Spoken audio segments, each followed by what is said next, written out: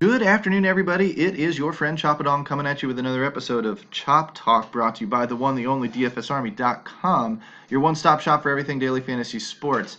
Quick news and note for you: we are raising prices as we bring on more writers. We continue to grow, put out more content for you. Of course, we have to pay bills too, so prices will be going up on November 1st. You do not have much time to jump in and become a VIP if you're sitting on the fence and watching all of the content roll out. There's obviously free content, but what you're getting when you become a VIP is all of the premium content, all of the tools, the optimizer, and then access to all of the coaches in our real-time community forums. Most importantly right now in NBA, as late scratches and pivots happen, we have the guys able to explain to you where you should adjust your lineups and how.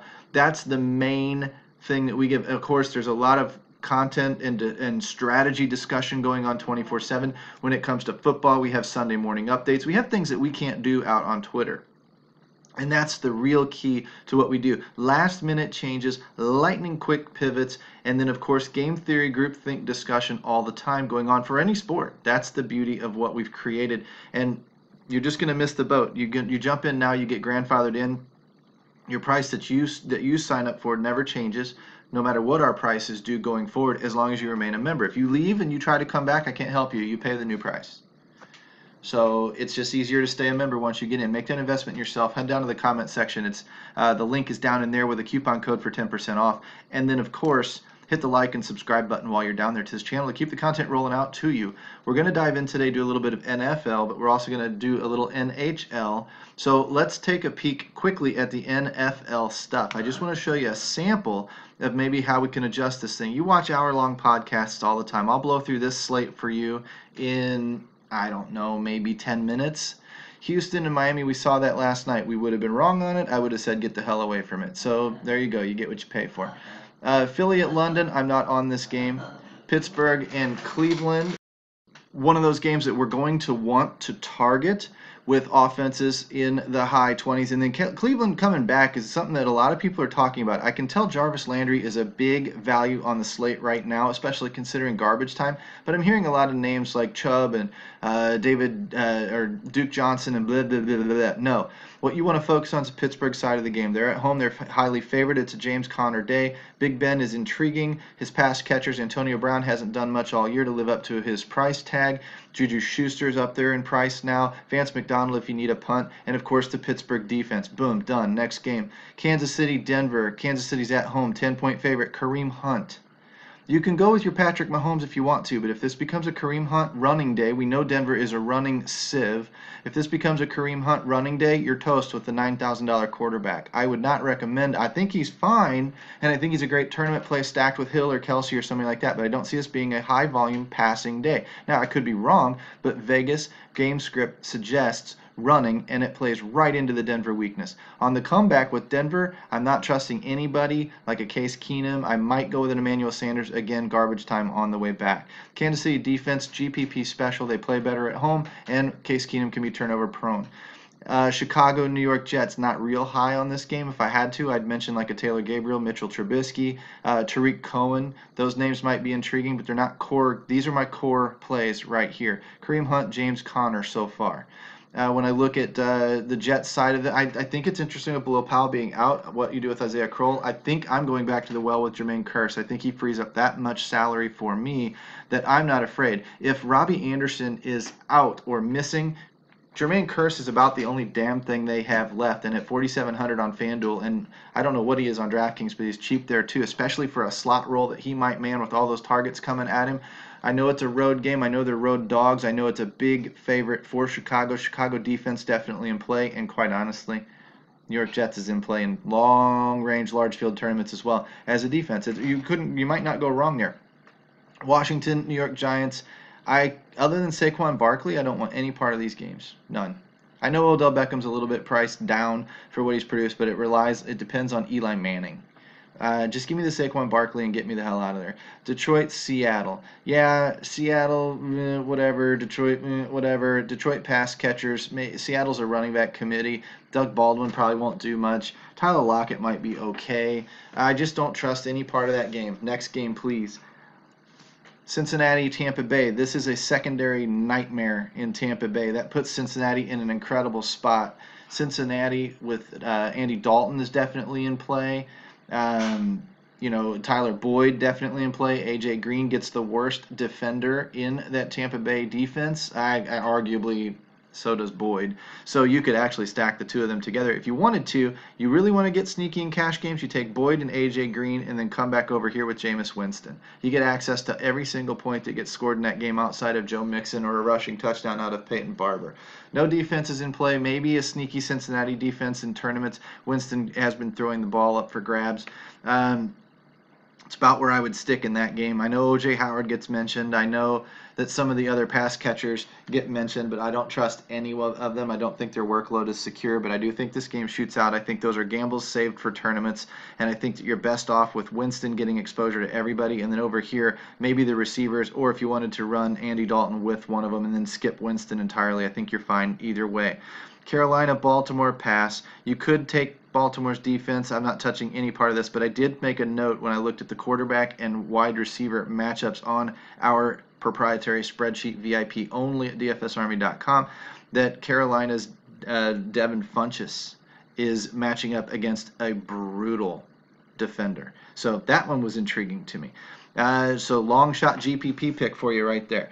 Indianapolis at Oakland, this game carries some intrigue. Oakland, of course, is taking a hit with ditching Amari Cooper. I don't think Derek Carr's in play. I do think Jordy Nelson's going to soak up some of those targets. I think the slot role is best where he's best suited. I don't think Jared Cook's necessarily in play. I don't think he's a terrible play. I don't think he's necessarily in play. On the Indianapolis side, I'd be watching Marlon Mack's ankle. If Marlon Mack is out, then it takes a cheaper running back off the board, and it might lead us to a Nyheim Hines. But honestly, it might also lead us more to Andrew Luck throwing the ball to a T.Y. Hilton, who draws a terrible defender over here in Oakland. T.Y. Hilton definitely the play. Andrew Luck if you want to pair him up in tournaments. Otherwise, you might just run T.Y. Hilton alone. Arizona, San Francisco, puke.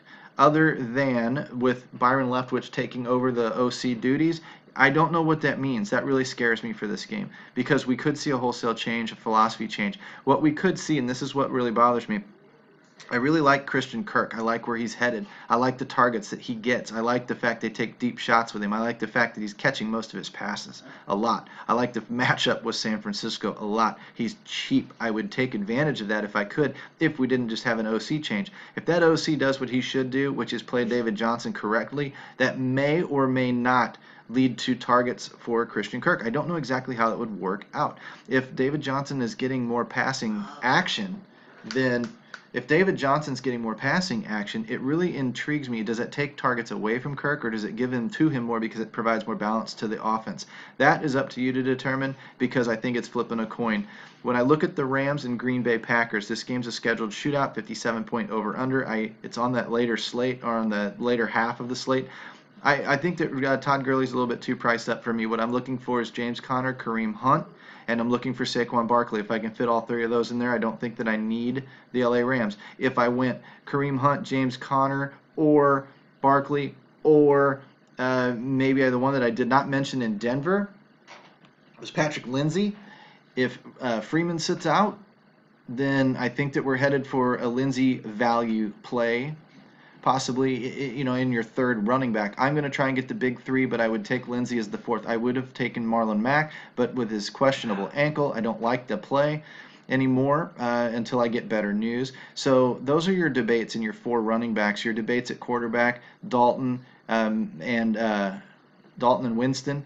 And then you could come down here because I think that the overlooked play is actually going to be Jared Goff. I believe that Goff runs up against a falsified strong-ish defense on paper in Green Bay, which I think is just complete bullshit, evidenced by Vegas' 57-point total. We know the Rams are still hurting on the outside. We know Aaron Rodgers is going to throw it a ton. Do we think that the Rams are going to try and outscore them, or do we think that with their weaker defense, or do we think that the Rams are going to try and slow the game down with Gurley? I don't think they're going to try and slow it down with Gurley. I think they're going to throw it. If Green Bay gets a couple of quick scoring drives, I think what we're going to see is a lot of plays for the Rams and a lot of plays. The Rams can sustain their drives. Green Bay's going to have to sling it. If there's 3-and-outs or there's incomplete passes and the clock stops, I think we see more plays for this game, therefore more plays for the Rams, which leads to more plays for Robert Woods if Kupp is out, more plays for Jared Goff to throw. Even if he doesn't throw it a lot and leans on Gurley, I think he still throws it more than usual, and Brandon Cooks as well. I don't think that any of the other guys are really worth mentioning. I think Gurley's pretty damned expensive for what I'm trying to get up here. I don't think I need Gurley. If I wanted to run the ultimate cash lineup, I might run Goff and Gurley together and then take a Lindsey and then try to go somewhere else, maybe cram in Connor or a Kareem Hunt type. I may work with a build somewhere similar to that, but I would try to get Devontae Adams in my lineup also if I could. I think that he's in line for a big day. I like T.Y. Hilton over here. I like Emmanuel Sanders. And Kirk, either one would allow that to happen, would open that up. If you're playing the Sunday through Monday games, or if you're still on the Thursday through Monday slate, Minnesota and New Orleans is a place to target all the pass catchers over here. Kirk Cousins maybe is some kind of pivot, lower owned pivot you could jump to if you're in tournaments on that slate. The New Orleans side of things, I don't think Drew Brees is a bad play, but I don't know exactly what we're going to get out of this side of the ball. I do know it's scheduled to keep pace. Over here in New England, I like James White. I think that Sony Michel is going to sit. I don't like any of the pass catchers. I would always consider a naked Brady, especially when James White's the feature back, because it means he's going to be doing a lot of throwing. I think his floor is pretty secure. I don't know what he's going to do in terms of a ceiling, because I don't think he's going to need to test his ceiling to win this game. I think the New England defense is definitely in play, and I don't touch anything on the Buffalo side of the ball. So in 11-ish minutes, 10 minutes, there is your slate breakdown NFL style. If you want more details, you got to become a VIP, so you go down there to the comment section and join us before the pricing goes up on November 1st, just as a quick reminder. Let's kick out of there and let's go into the NHL side of things. If you're a hockey fanatic like I am, the first thing I do is go to my research station, the NHL tab, and I start opening up this game, and I look for high implied totals. On DraftKings, this game is available. On Fanduel, it is not. So I'm not really going to focus a ton on it. I will say a couple of things as we lead into it. I like Marc-Andre Fleury a lot on this slate. A lot. But I'm not going to be focused on him because I play primarily on FanDuel. I would look at the last 10 games, and I'd be looking again like I showed you yesterday for goals for and a bump, goals against and a bump to target an offense or an opposing offense against that team. So not scoring a lot of goals on the season, not scoring a lot of goals in their last 10 games. However, they do score a little bit more at home, if that means anything to anybody. Their defense has been better at home the last 10 games, as you can see, because 2.8 drops to 1.6, which at home drops to 2.3 in the last 10 games at home.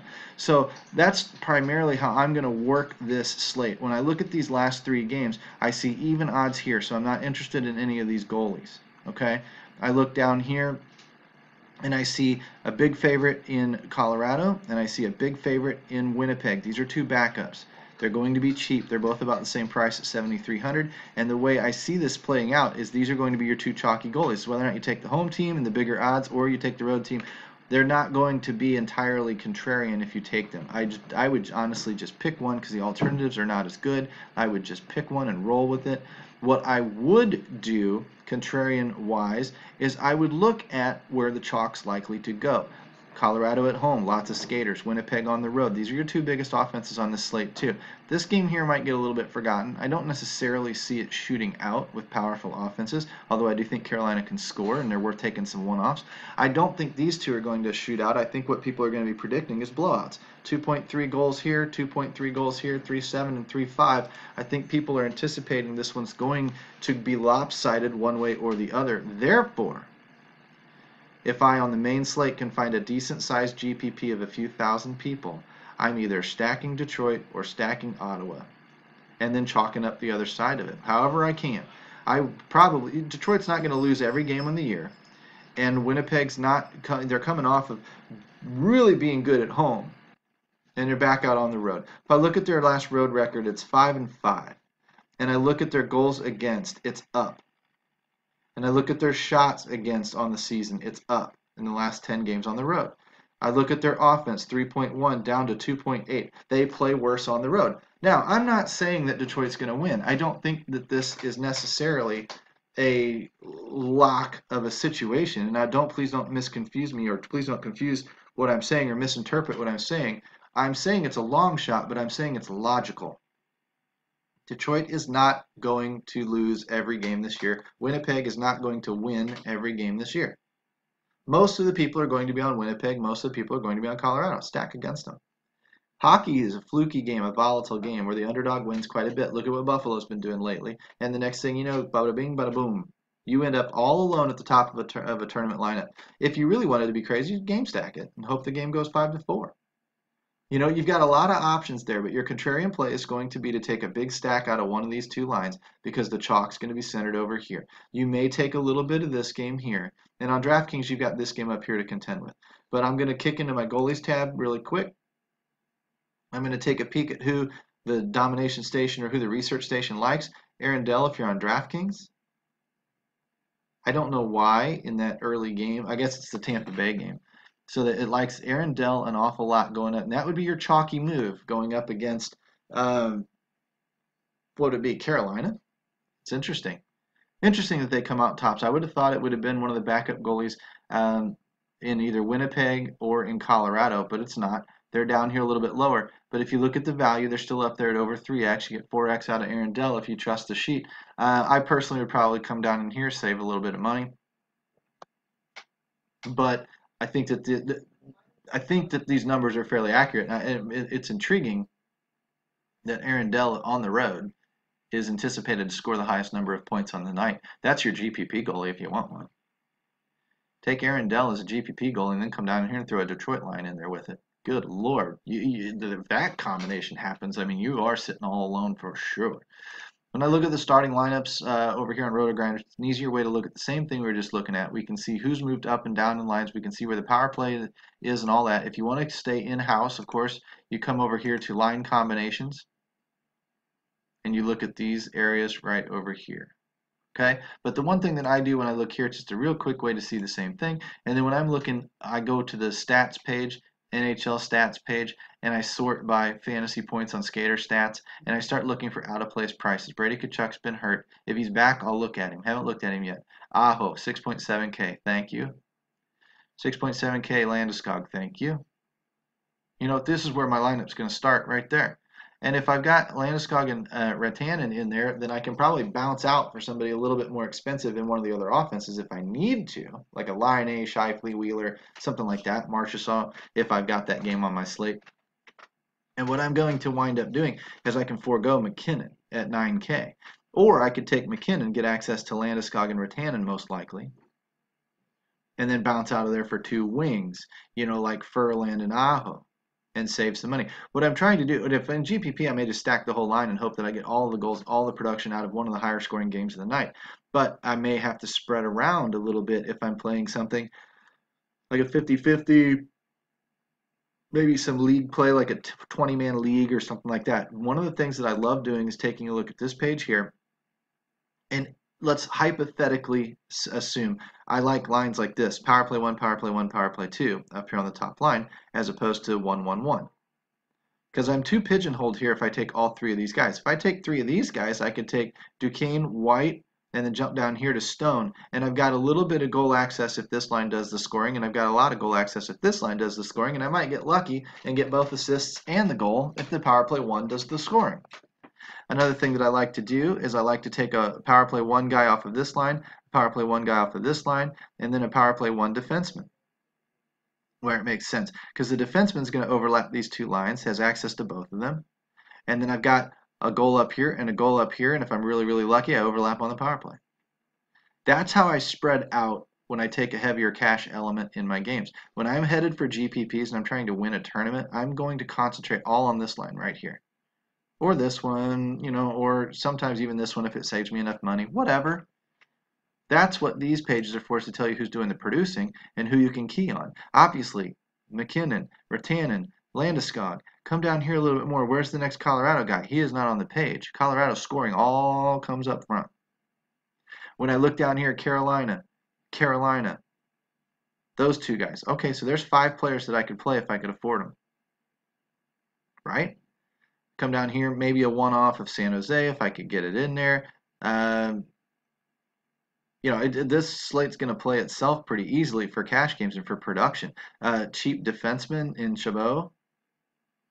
You know, Couture. If I looked at left wing lock here and wanted to see who was doing all of the damage, I can come with the games, the goals per game played and the goals against per game played. You've seen me sort through those. What I see is that San Jose has a little bit of an advantage tonight. San Jose, where are you? San Jose has scored ninth most goals. Colorado or Carolina's given up 16th most, so that's a little bit of a bump in San Jose's favor. And these are the numbers one and number two shot on goal teams in the league. These two goalies are going to get peppered. Now, how many goals go in, I don't know. Neither team's given up a ton of goals against. I mean, they're kind of, tougher half of the league defensively, but when they're going to face that many shots, funny part is these teams don't allow a lot of shots, but I still think they're going to see a good many shots on goal. When I come down here to Winnipeg and Detroit, I see the same thing in terms of shots allowed. Winnipeg is allowing the fifth most shots. Detroit's allowing the 10th most shots. The problem is Detroit doesn't shoot a ton. Winnipeg does. Winnipeg definitely gets a bump tonight. Winnipeg's only scoring 19th most goals in the league, but Detroit's allowing the most. So a definite bump to that offense. You can see why people are going to be keying on Winnipeg and why people are not necessarily going to be keying up here yet. We're going to have to see when we get down here to Colorado. What we see in Colorado is Ottawa scoring the fifth most goals, giving up the seventh most goals against.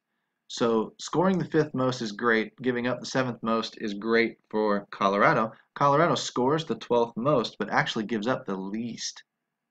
So it should be a downgrade to the Ottawa offense and probably an upgrade to the Colorado offense. In terms of shots, neither team shoots a ton, but both teams do give up a lot. So just like the other game, I mean, I can see it being a game where a lot of shots are fired at these goalies.